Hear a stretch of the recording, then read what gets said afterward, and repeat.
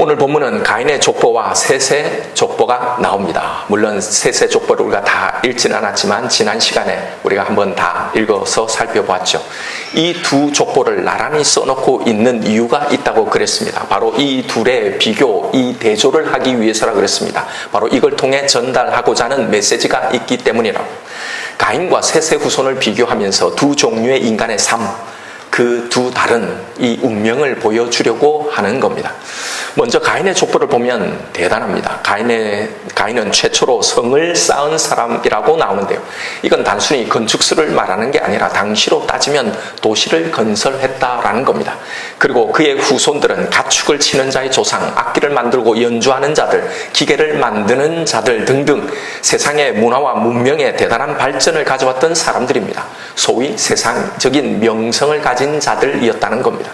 자, 그러면 이와 비교하려는 셋의 족보는 어떻습니까? 가인의 족보에 비하면 너무나 초라하죠. 앞에서 가인의 족보에서 보았던 문화와 문명의 발전에 대한 언급은 하나도 나오지 않습니다. 아무것도 내세울 만한 업적이 없습니다. 그냥 몇 살에 자녀를 낳고 몇 살에 죽었더라라가 다입니다. 무언가 새로운 것을 개발했다거나 문화를 창달했다는 것에 대한 언급은 전무합니다. 아니, 지금 모세는 가인의 후예들이 아닌 셋의 이 후예들의 우월성, 지금 우리를 선택하신 이 하나님이 선택하고 축복하셨다는 걸 말하려고 이 두 족보를 지금 비교하고 있는 거잖아요. 그러면 셋의 후예들이 더 낫다는 걸 말하려고 했다면 셋의 후예들이 더 위에 있는 것, 더 우월한 걸 보여줘야 하는 것 아닌가 말이죠. 그런데 객관적으로 보면 가인족들이 훨씬 더 위에 있는 것 같습니다. 인류의 모든 문화와 문명이 다 가인족에서 나왔던 것처럼 보입니다. 가인족들의 압도적인 우위로 보인다는 거죠. 자, 바로 이 점입니다. 가인의 계열이 셋의 계열보다 이 세상에서는 훨씬 더 화려하고 더 대단하고, 아니 압도적인 모습으로 존재한다는 사실, 바로 이걸 말하려고 하는 겁니다. 생각해 보십시오. 지금 이 비교가 인류 초기에만 해당되는 그런 비교인가요? 우리가 하나님의 선택을 받은 선민이다, 구원을 받은 자라고 우리가 세상과 다른 우리의 정체성, 자부심을 가지고 말하고 있기는 하지만 사실상, 그리고 객관적으로 지금 이 족보의 비교는 정확하게 모든 시대에 통용되고 적용될 수 있는 불신자들과 신자들의 비교입니다. 예, 물론 크리스찬 중에 부자도 있고 유명한 사람도 있습니다. 어떤 분야에 탁월한 사람들도 있지만, 그러나 객관적으로 보면 믿지 않는 자들 중에 이런 사람들이 훨씬 더, 아니 사실은 비교가 안 될 정도로 압도적으로 그들이 더 많습니다.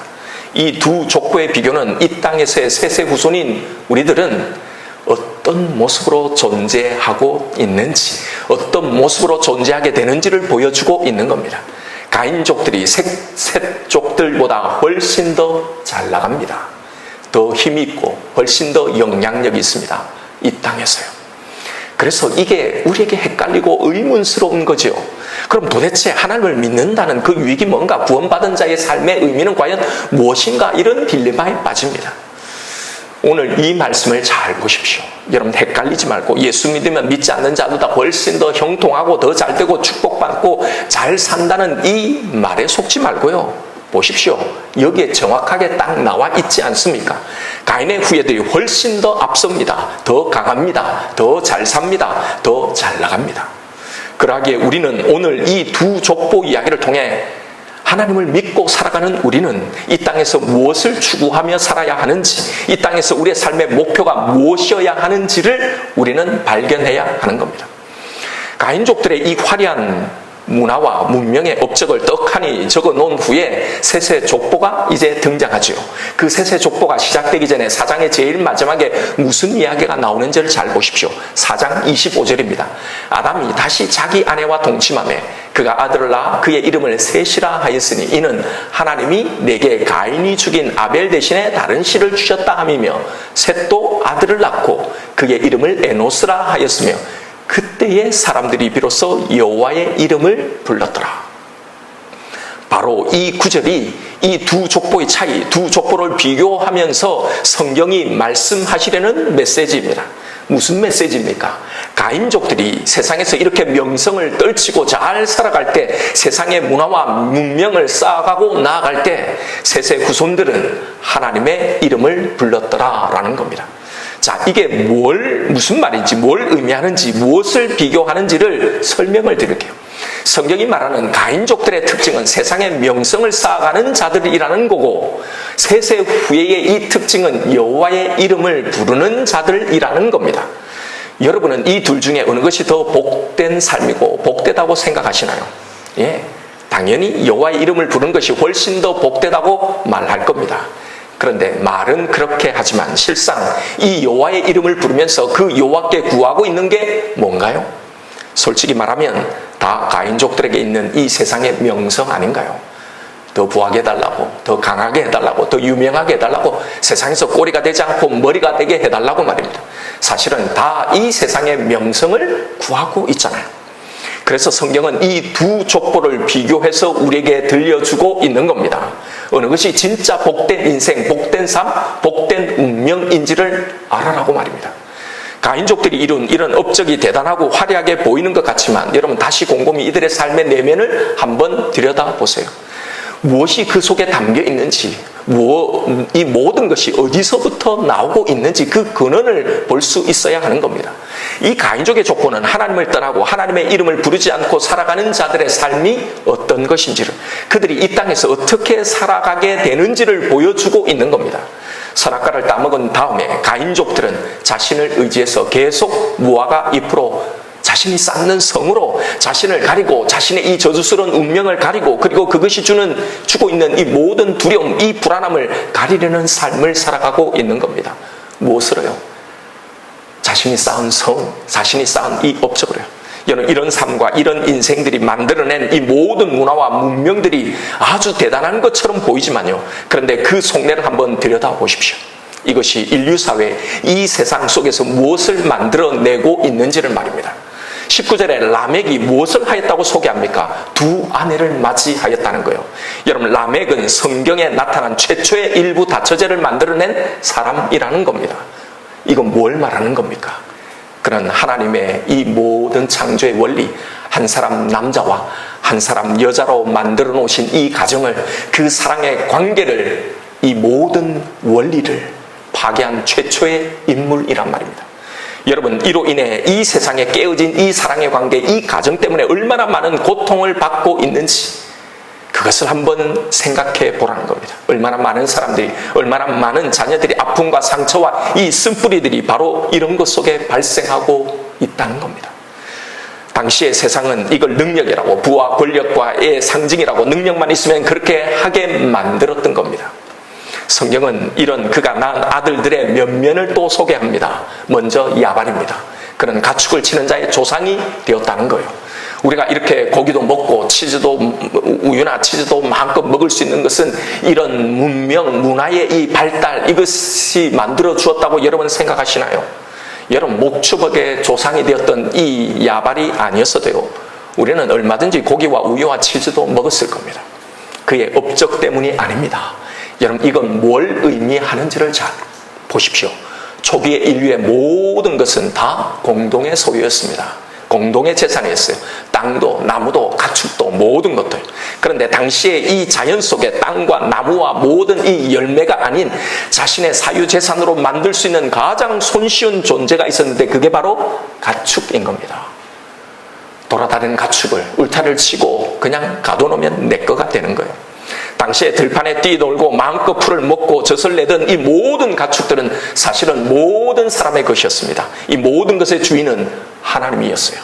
그런데 하나님이 아닌 주인이 생기게 된 겁니다.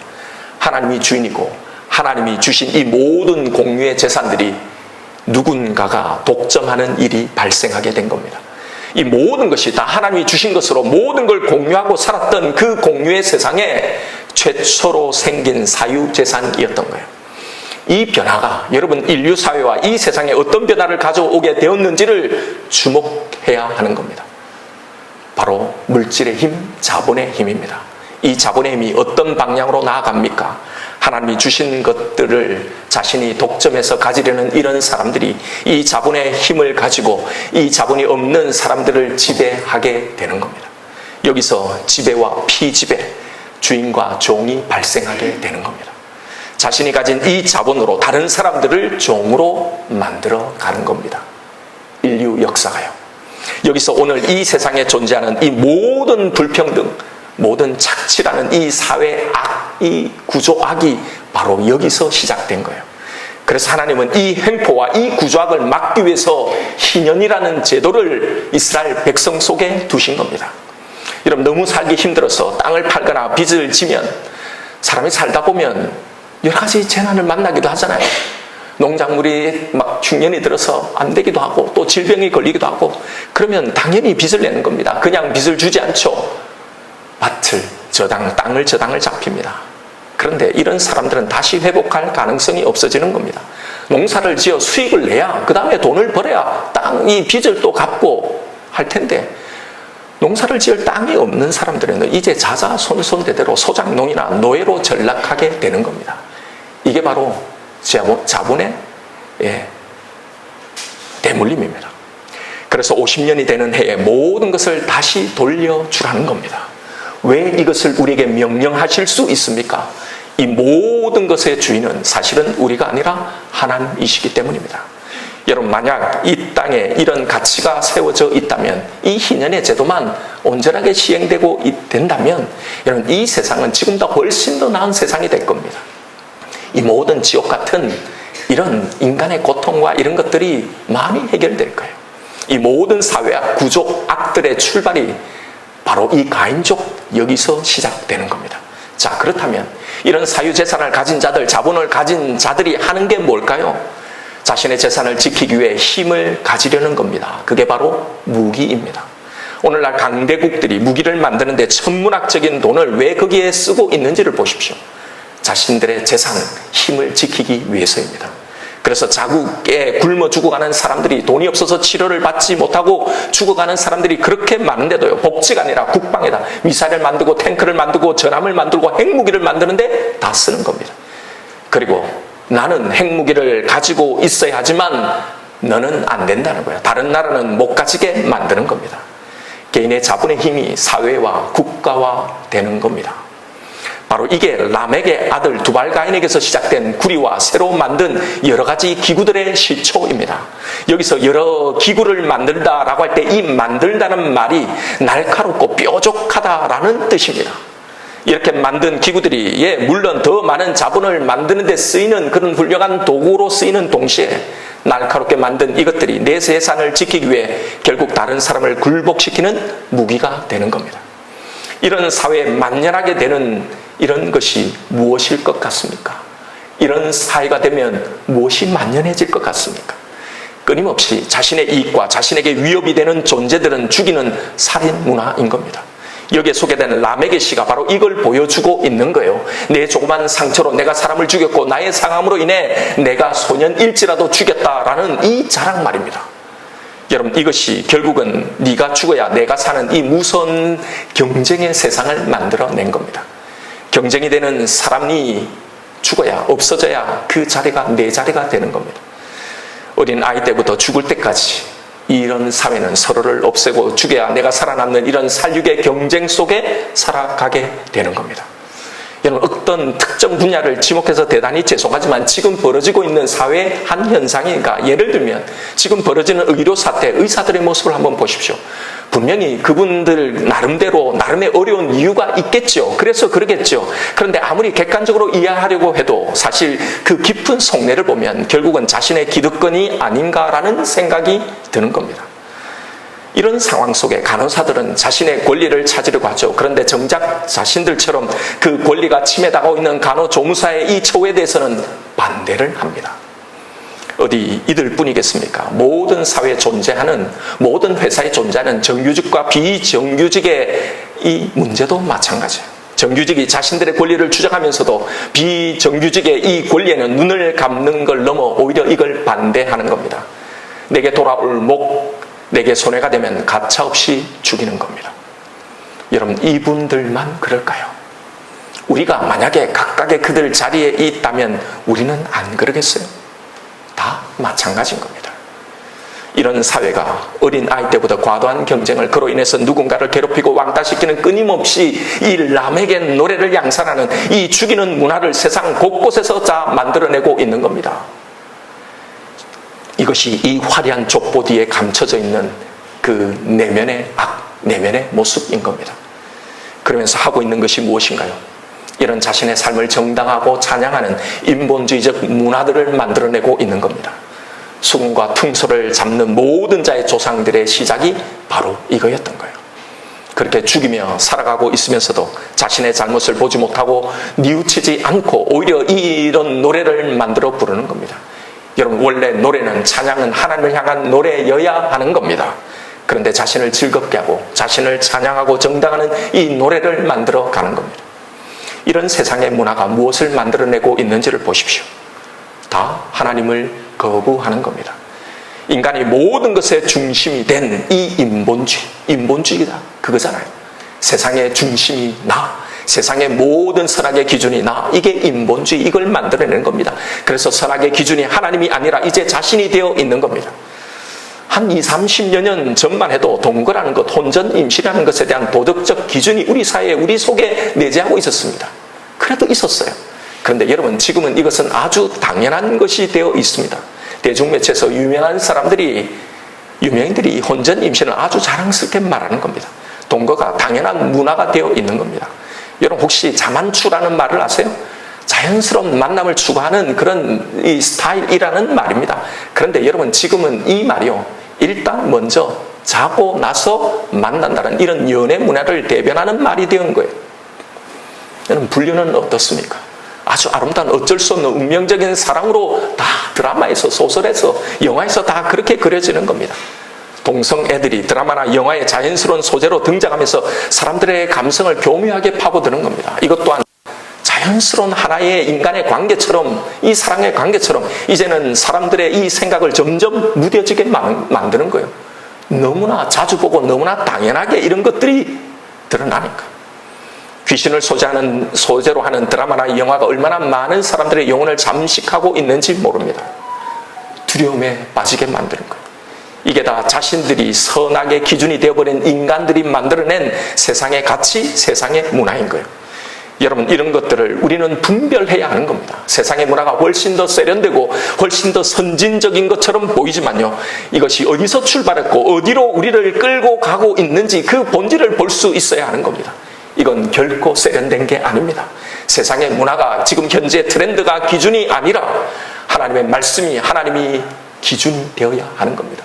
모든 사람들이 그것을 옳다고 할지라도 하나님의 말씀이요, 이 세상의 문화는 네가 기준이다, 네가 세상의 중심이다, 네가 행복하면 그게 곧 선이다 라고 우리를 속이는 겁니다. 여러분, 원래 문화의 출발이 가인족에게서 시작된 것처럼 오해하면 안 됩니다. 이 땅을 정복하고 다스리라는 이 명령은 하나님이 우리에게 주신 명령이었어요. 그런데 이 명령이 어떻게 잘못된 방향으로 가고 있는지를 이 가인의 족보를 통해 지금 지적하고 계신 겁니다.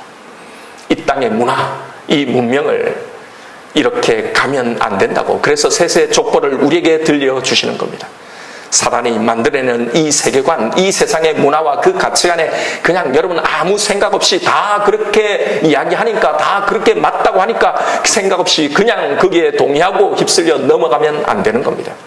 우리는 이런 세태를 보면서 더 분명하게 우리의 기준을 선포하고 하나님의 이 기준을 선포하고 그렇게 살아가야 하는 겁니다. 우리가 세상의 영화나 드라마나 세상의 사람들과 이 문화와 완전히 단절되어 살 수는 없지만 여기서 하나님의 문화 명령을 수행하며 살아야 하는 겁니다. 에녹처럼, 노아처럼 우리가 살아야 하는 이 세상에서 우리는 하나님의 기준으로 사람을 만나고 그렇게 결혼을 하고 직장 생활을 하고 그 속에서 뭔가를 결정하고 아이들을 그렇게 그 가치관에, 성경적인 가치관으로 살육의 경쟁이 아니라 하나님의 가치관으로 양육을 해야 하는 겁니다. 이것을 내 삶으로, 그리고 내 입으로 선포하며 증거하는 삶을 살아야 하는 겁니다. 여러분, 이 가인의 족보가 우리에게 말해 주려는 것이 무엇입니까? 하나님을 떠난 자들이 자신이 받은 이 저주를 가리려는 이 모든 무화과 잎, 이걸 보여주고 있는 겁니다. 그 저주가 주는 두려움을 가리려고 그렇게 높은 성을 쌓아가고 이 세상의 재물, 이 세상의 가치를 의지하고 그걸 더 쌓아가려는 이런 인생, 이걸 빼앗기지 않고 지켜내려고 조마조마하게 살아가는 그 인생, 하나님께서 이 저주의 문제를 해결하려고 하지 않고 이 가인족이 의지하며 그걸로 이 모든 것을 덮어보려고 잊어보려고 하는 이 인생의 이 헛된 열심, 바로 이걸 이 가인족의 족보가 우리에게 보여주고 있는 겁니다. 이 모든 것들이 금방 시들어버리고 말라지는 무화과 잎처럼 결코 우리의 영혼의 문제를 결코 해결해 주지 못한다는 겁니다. 그래서 그들은 끊임없이 더 불안한 것, 그래서 더 쌓아가고 있는 겁니다. 그런데 이 족보를 통해 하나님이 우리에게 물으시는 거예요. 그런데도 이런 삶이 너희는 부럽냐? 그들의 높은 성이, 그들의 가진 이 가축대가, 그들이 가진 이 무시무시한 그 힘이, 그들이 향유하고 즐기는 그 노래, 그 문화가 너희는 정말로 부러운 거냐? 라고 물으시는 겁니다. 그들이 세상에서 아무리 화려한 것 같아도 여러분, 그들의 생애는 하나님 앞에서 아무런 의미가 없었다는 메시지입니다. 그래서 이제 더 이상 이 가인의 족보는 성경에 다시는 등장하지 않고 여기서 사라지게 되는 겁니다. 잠깐의 이 세상의 화려함 속에 살다가 영원한 저주로 멸망으로 가는 거라는 겁니다. 여러분, 그럼 이런 인간에게 무엇이 이 저주의 문제를 해결해 줄 수 있다는 겁니까? 이 저주는 가인족만 받은 게 아니잖아요. 세족도 다 함께 받은 것 아닙니까? 그러면 인간에게 무엇이 이 저주의 문제를 해결해 줄 수 있는가? 이 세상의 이 모든 것으로도 해결되지 않는 이 두려움의 문제는 무엇으로 해결된다는 겁니까? 바로 이걸 셋의 족보를 통해 말씀해 주시는 겁니다. 이 가인의 자손들이 도시를 건설하고 기계 문명을 발달시키며 불을 쌓고 떵떵거리며 이 세상을 주름잡고 살아가고 있다는 이 이야기를 들려주신 후에 셋의 족보에 등장할 한 사람을 소개하고 있는 겁니다. 바로 에노스예요. 바로 이 에노스 때부터 사람들이 하나님의 이름을 불렀더라라는 겁니다. 가인의 후예들과 다른 점이 바로 여기서 나타납니다. 그냥 몇 살에 아이를 낳고 몇 살에 죽었다라는 이런 반복이 아니라 바로 여기에 그 다른 점이 뭡니까? 셋의 후예들은 여호와의 이름을 부르는 자들이었다라는 겁니다. 바로 에노스 때부터요. 왜 에노스 때부터 셋의 후손들은 하나님의 이름을 불렀을까요? 바로 이 에노스라는 이름이 담고 있는 뜻이 그 이유를 말해줍니다. 이 에노스는 질병, 근심, 슬픔, 비참, 고통이라는 그 뜻을 담고 있습니다. 이 에노스의 원문 발음은 에노시, 즉 사람이란 뜻의 이시라는 이 어근과 똑같은 뜻입니다. 즉 이 에노스라는 이름은 하나님 앞에 범죄한 이 인간이 어떤 존재인지를 철저하게 고백하는 이름인 겁니다. 즉 인간인 우리가 어떤 존재인지를 인정하는 이들만이 하나님의 이름을 부르더라라는 겁니다. 왜요? 오직 이런 존재인 우리의 유일한 답, 유일한 소망은 하나님밖에, 하나님의 용서와 긍휼밖에 없다는 것을 진정으로 알게 해요. 그래서 이런 셋의 후예들은 자신들의 이 부패와 자신들의 전적인 이 무능을 아는 겁니다. 아무리 우리들이 성을 쌓아도, 물질과 부와 명성을 쌓아도 이런 세상의 것들이 아무것도 할 수 있는 것이 없다는 걸 아는 겁니다. 그래서 세상의 것을 쌓으려고 그걸 의지하려고 하지 않는 겁니다. 거기에 소망을 두지 않는 겁니다. 그래서 오직 하나님의 이름만을 부르는 겁니다. 자신의 힘을 의지하고 자신이 가진 세상의 것, 자신의 가능성을 믿고 살아가는 간혹 가인족들은요, 절대로 하나님의 이름을 부르지 않아요. 왜요? 스스로의 힘으로 내가 가진 것으로 이 세상을 살아갈 수 있다고, 이 인생의 문제를 다 해결해 나갈 수 있다고 믿는데 뭐하러 하나님의 이름을 부르겠습니까? 그러니 하나님의 이름이나 부르고 있는 이 셋들이 미련하게 보이는 겁니다. 아니, 하나님의 이름을 부를 그 시간에 네 실력이나 더 쌓으라는 거죠. 교회 나갈 시간에 영어 한 자나 더 외우고 돈 한 푼 더 벌어놓겠다는 이 비아냥거림이 있는 거예요. 자신들만큼 높은 성에 살지 못하고, 자신들만큼 가축이 없고, 자신들만큼 힘과 무기가 없이 하나님의 이름이나 부르고 있는 이런 셋들을 찌질하고 한심한 존재로 보는 겁니다. 하나님 이름 부르면 돈이 나오나 떡이 나오나 하고 말입니다. 여러분 보십시오. 이 족보가 무엇을 그리고 있는지. 가인족은 자신을 의지해서 계속 무화과 잎으로 자신이 쌓은 성으로 자신을 가리려고 했던 사람이었고, 셋족은 자신의 존재를 알므로 하나님만을 소망하고 하는 하나님의 백성을 그려내고 있는 겁니다. 그러면서 우리에게 묻는 거예요. 누가 복된 삶이고 누가 복된 인생인가? 여러분, 왜 이걸 우리에게 물어볼까요? 하나님의 이름을 부르면서도 가인이 가진 것들을 부러워하고 그들과 비교하면서 낙심하고 힘 빠져하고 우울해하게 살아가는 셋의 후예들이 있기 때문입니다. 바로 이 이야기는 그런 우리들에게 들려주시는 말씀인 겁니다. 여러분, 왜 가인족들이 부러울까요? 왜 하나님의 이름을 부르는 우리의 삶이 우리를 낙심하고 우울하게 만들까요?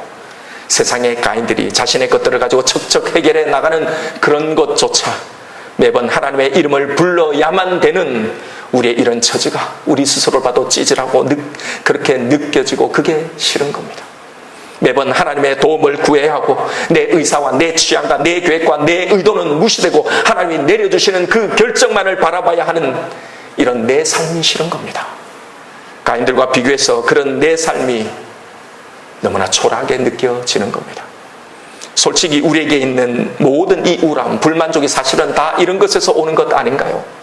하나님의 이름을 안 부르겠다는 게 아닙니다. 당연히 하나님의 이름을 부르지만, 그런데 가인이 가졌던 그 세상의 힘, 좀 어느 정도는 내 힘으로 할 수 있는 것들이 있으면 좋겠다는 거잖아요.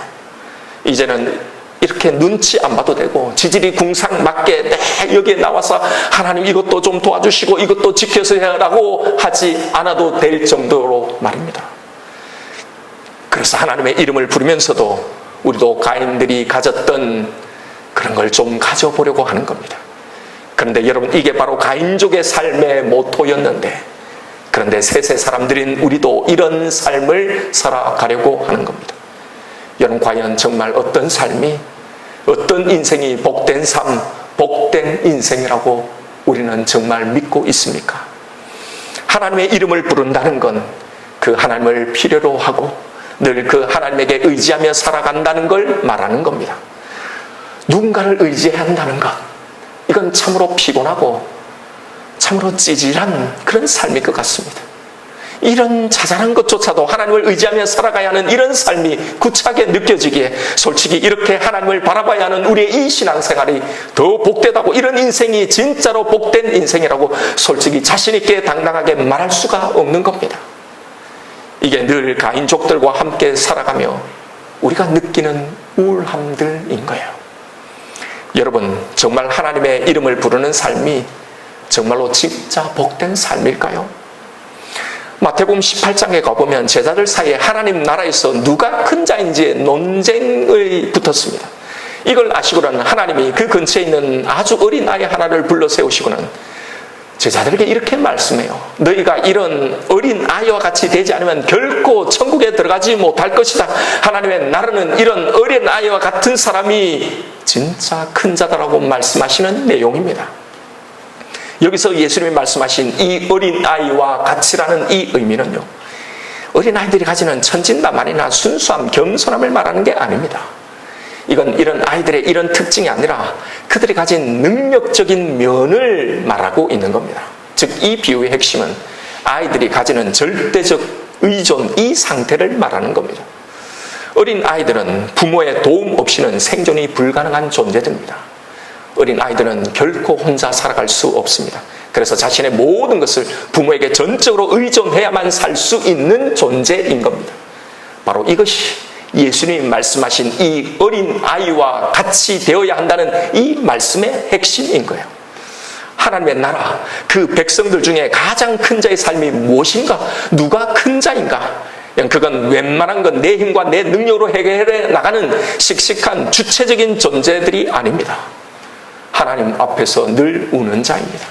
그분을 붙들고 그분께 늘 매달리는 자입니다. 하나님에게 모든 것을 전적으로 의존하는 삶, 바로 그런 자가 큰 자라는 말씀입니다. 그렇다면 여러분, 이 말씀을 잘 생각해 보십시오. 우리가 하나님에게만 전적으로 의존한다는 건 우리가 가진 것이 아무것도 없다는 말입니다. 우리가 믿을 수 있는 것이 내게는 아무것도 없다는 거예요. 하나님 외에 내가 의지하고 의존할 수 있는 힘도 능력도 아무것도 없다는 겁니다. 그 인정입니다. 그런데 우리는 큰 자가 되기를 소망하면서도 정작 우리가 추구하고 있는 것은 내가 의지할 수 있는 그 어떤 것들입니다. 우리는 끊임없이 뭔가를 가지려고 하는 거예요. 여기서 우리가 가지는 하나님을 의지하는 이 거룩한 이 소망과 우리의 실제적인 이 소원이 충돌되는 지점입니다. 하나님만을 전적으로 의존하고 의지하는 삶을 살고 싶으면서도 하나님만을 바라봐야 하는 이것이 불안한 겁니다. 지금 당장 내 손에 아무것도 없는 것이 두려운 겁니다. 우리는 이 의존을 못 견뎌 하는 겁니다. 바로 이것이 가인족들의 이 삶을 살게 만드는 이유입니다. 하나님을 의지하고 그분에게 의존하고 그분을 의탁한다고 하지만 사실은 그 의존과 의탁을 통해 내가 의지할 뭔가를 얻어내려고 하는 겁니다. 결국 우리의 신앙의 목적을 거기로 끌고 가는 거예요. 사단. 우리가 누군가에 의존한다는 것은 모든 결정이 그에게 달려있지 나에게 달려있지 않음을 말하는 겁니다. 그런데 우리는 내 삶에 대한 내 인생에 대한 영향력과 그 결정권을 내가 직접 가지고 싶어 하는 거예요. 기도해도 그렇게 막 절박하게 피를 말리면서 심장이 쫄깃쫄깃할 정도의 이런 위기 속에서는 하기 싫은 겁니다. 좀 여유를 가지고 가벼운 긴장감 속에 기도하고 싶은 겁니다. 그래서 나의 그런 여유를 가져다 줄 그 힘, 그 어떤 것이 필요한 거예요.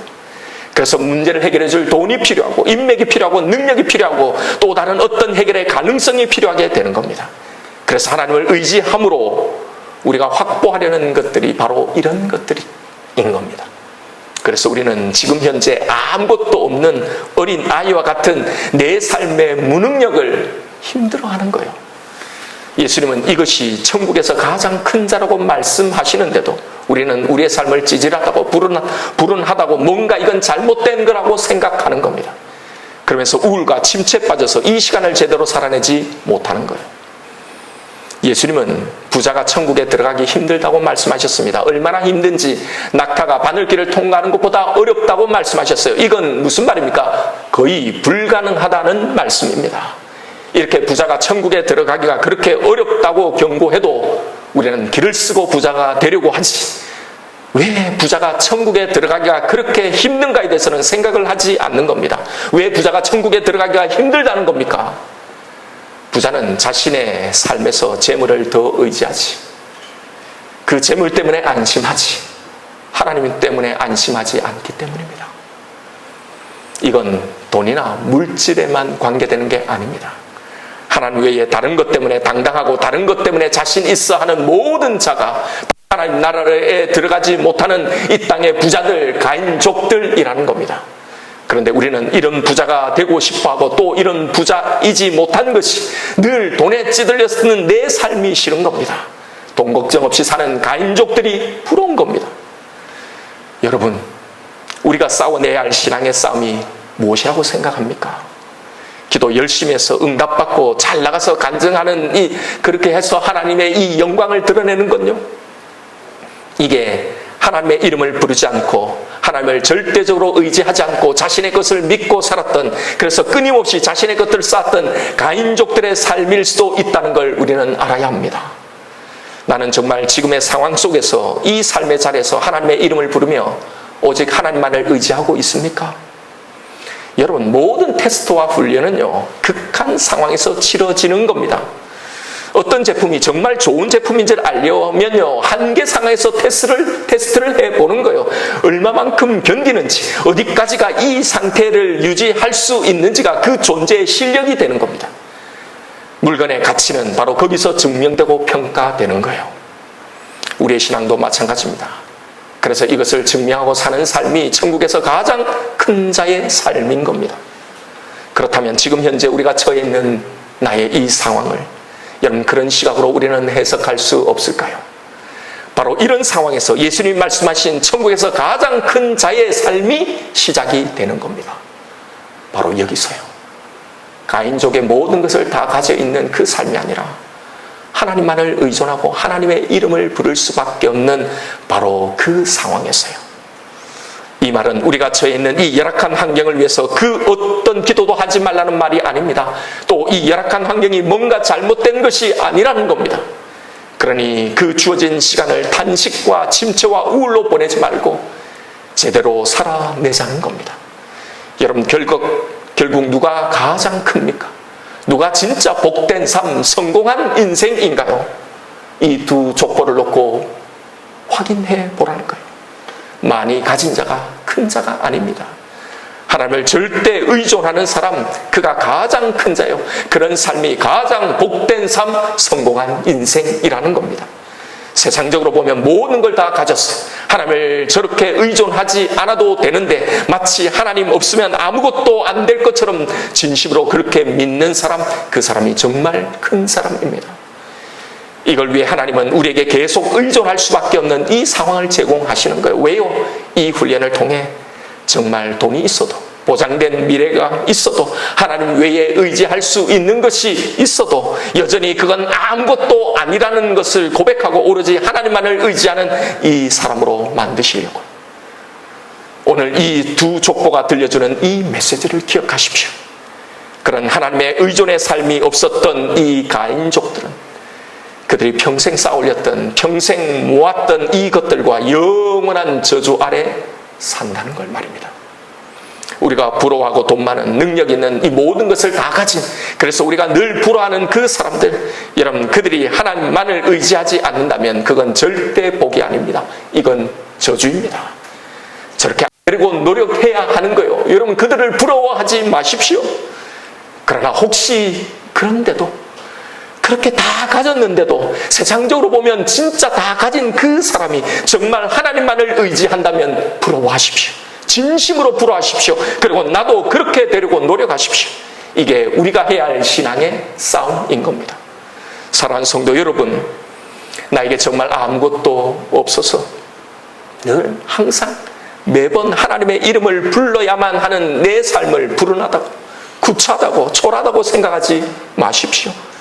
현재 내 삶이 찔찔하다고 한탄하지 마십시오. 쟤네는 저렇게 잘 나가는데 왜 나만 이러냐고 원망하지 마십시오. 내 삶은 불운하지도 찌질하지도 박복하지도 않습니다.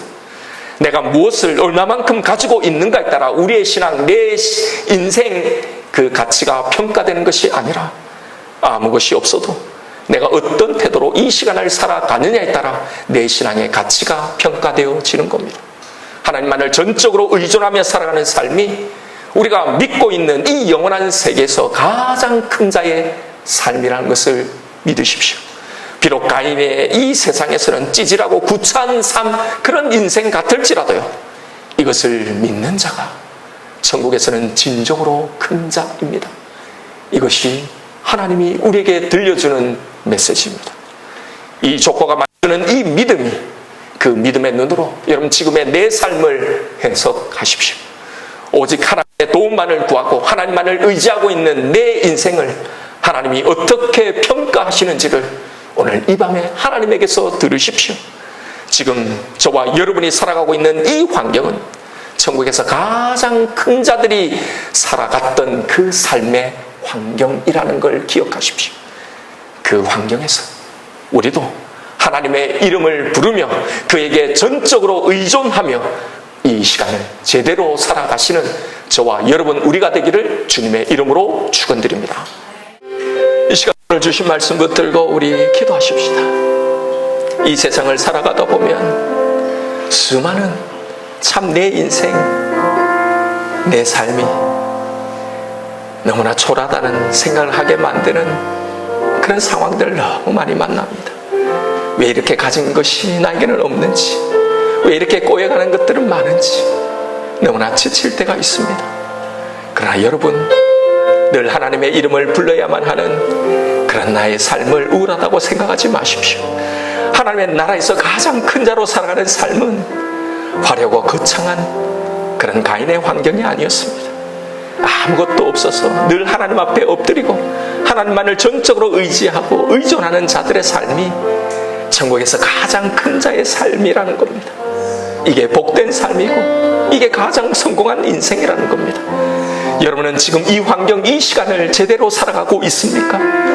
혹시 세상의 가인들과 비교하며 한탄하고 원망하고 우울함으로 아무것도 하지 않은 채 보내고 있지는 않나요? 여러분, 지금의 이 상황은 뭔가 잘못된 게 아닙니다. 우리는 지금 잘못된 길을 가고 있는 것이 아닙니다. 가인의 족보보다 참 초라한 셋의 족보들이 여러분 무능하고 무가치한 인생이 아닙니다. 이건 하나님의 나라에서 가장 큰 자들이 살아가는 이 삶의 무대였던 겁니다. 나를 믿고 사는 인생보다 하나님만을 의존하고 하나님을 믿고 사는 인생이 비교할 수 없도록 복된 것입니다. 그러니 환경을 바꾸려고 몸부림치지 말고 먼저 이 환경과 이 시간을 믿음 안에서 제대로 살아가려는 노력을 하십시다. 무엇이 이 시간을 지금을 가장 잘 사는 겁니까? 바로 여기서 하나님의 이름을 부르는 겁니다. 그 하나님의 사랑에 전적으로 의지하는 겁니다. 그래서 그를 전적으로 의지하기에 내 힘을 빼고 평안히 쉬는 겁니다. 그 품 안에서 안식하는 겁니다. 나를 이끌고 계신 이 시간에 담겨있는 그의 신실하심을 믿고 그의 인도하심에 만족하는 겁니다. 그렇게 우리가 하나님을 전적으로 의지하는 삶을 살 때 환경은 이미 바뀌어져 있는 겁니다. 환경이 바뀌어진 게 아니라 내가 바뀌어졌기 때문입니다. 이 시간 주님이 주신 말씀 붙들고 기도하십시다. 내가 처해 있는 우리의 삶의 환경을 믿음의 눈으로 바라봅시다. 하나님, 한탄하지 않고 침체하거나 우울해하지 않고 이 시간을 이제 제대로 살아내겠습니다. 어린 아이가 부모만을 의지하고 바라보듯 다른 것에 눈 돌리지 않고 주님만을 의지하며 바라보겠습니다. 어떤 상황, 어떤 결과든지 항상 나에게 가장 선한 것을 주시는 당신의 이름을 부르며 믿고 신뢰하겠습니다. 여기서 오직 당신의 이름만을 부르겠습니다. 이 시간 나에게 주신 말씀이 있을 겁니다. 우리 이 말씀 붙들고 주님 이름 한번 부르며 하나님 앞에 기도하며 나아가십시다.